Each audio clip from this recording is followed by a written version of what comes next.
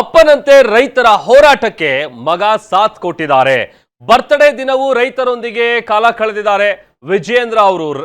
ವಿಜಯೇಂದ್ರ ಹೋರಾಟಕ್ಕೆ ರೈತರು ಉಘೆ ಉಘೆ ಎಂದಿದ್ದಾರೆ. ನೋಡಿ, ಸೇಮ್ ಅಪ್ಪನಂತೆ ರೈತರ ಹೋರಾಟಕ್ಕೆ ಮಗ ಸಾಥ್ ಕೊಟ್ಟಿರೋದು. ಇವತ್ತವರ ಬರ್ತ್ಡೇ ದಿನವೂ ಕೂಡ ರೈತರೊಂದಿಗೆ ಅವರು ಹೋರಾಟಕ್ಕೆ ನಿಂತಿದ್ದಾರೆ. ವಿಜಯೇಂದ್ರ ಅವರ ಈ ಹೋರಾಟಕ್ಕೆ ರೈತರು ಉಘೆ ಉಘೆ ಎಂದಿದ್ದಾರೆ.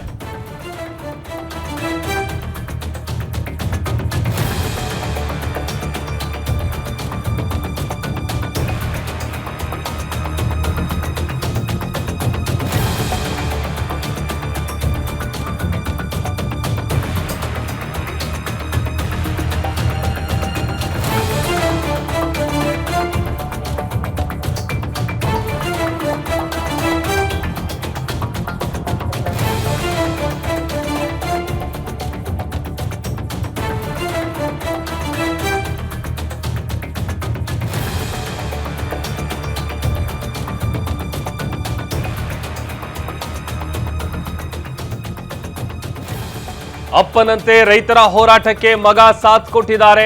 ಬರ್ತ್ಡೇ ದಿನವೂ ರೈತರೊಂದಿಗೆ ಕಾಲ ಕಳೆದಿದ್ದಾರೆ ವಿಜಯೇಂದ್ರ ಅವರು.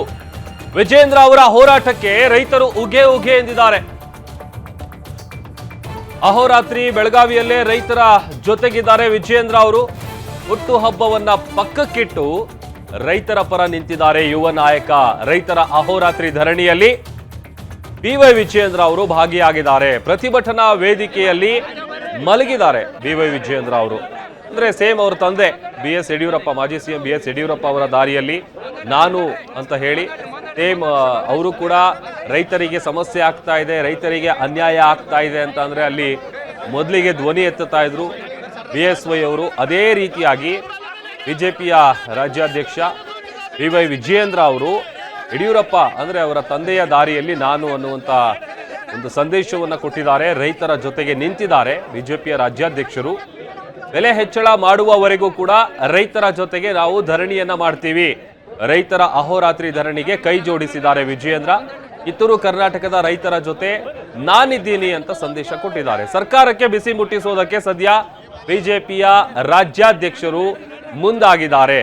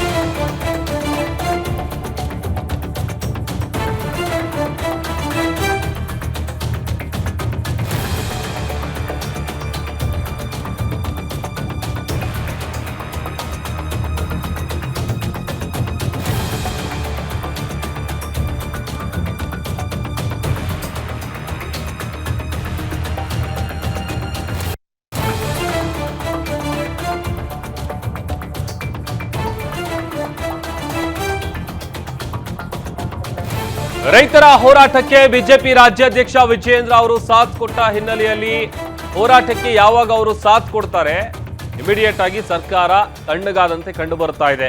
ಗುರ್ಲಾಪುರಕ್ಕೆ ಬರ್ತಾ ಇದ್ದಾರೆ ಸಚಿವ HK ಪಾಟೀಲ್ ಅವರು. CM ಅವರ ಸೂಚನೆ ಮೇರೆಗೆ ಸಚಿವ HK ಪಾಟೀಲ್ ಅವರು ಭೇಟಿ ಕೊಟ್ಟಿದ್ದಾರೆ. ರೈತರ ಮನವೊಲಿಕೆಗೆ ಯತ್ನಿಸುತ್ತಾರೆ HK ಪಾಟೀಲ್. ಇವತ್ತು ದರ ಘೋಷಣೆ ಬಗ್ಗೆ ಚರ್ಚಿಸಿ ಮನವೊಲಿಸುವಂತಹ ಪ್ರಯತ್ನ ನಡೆಯಬಹುದು. ವಿಜಯೇಂದ್ರ ಅವರ ಎಂಟ್ರಿಯಿಂದ ರೈತರ ಹೋರಾಟ ಮತ್ತಷ್ಟು ತೀವ್ರಗೊಳ್ಳುತ್ತಾ ಇದೆ. ರೈತರ ಹೋರಾಟ ತೀವ್ರ ಸ್ವರೂಪ ಪಡಿತಾ ಇದ್ದಂತೆ ಸರ್ಕಾರ ಎಚ್ಚೆತ್ತುಕೊಂಡಂತೆ ಕಂಡು ಬರ್ತಾ ಇದೆ.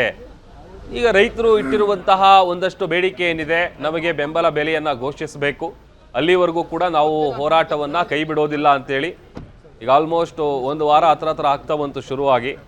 ಚಿಕ್ಕೋಡಿಯ ಗುರ್ಲಾಪುರದಲ್ಲಿ ಈ ಒಂದು ಪ್ರೊಟೆಸ್ಟ್ ಶುರುವಾಗಿ ಆರಂಭದಿಂದಲೂ ಕೂಡ ಅವರು ಕೇಳ್ತಾ ಇರುವಂಥದ್ದು 3,500 ರೂಪಾಯಿ ಬೆಂಬಲ ಬೆಲೆಯನ್ನ ಘೋಷಣೆ ಮಾಡಬೇಕು ಅಂತೇಳಿ.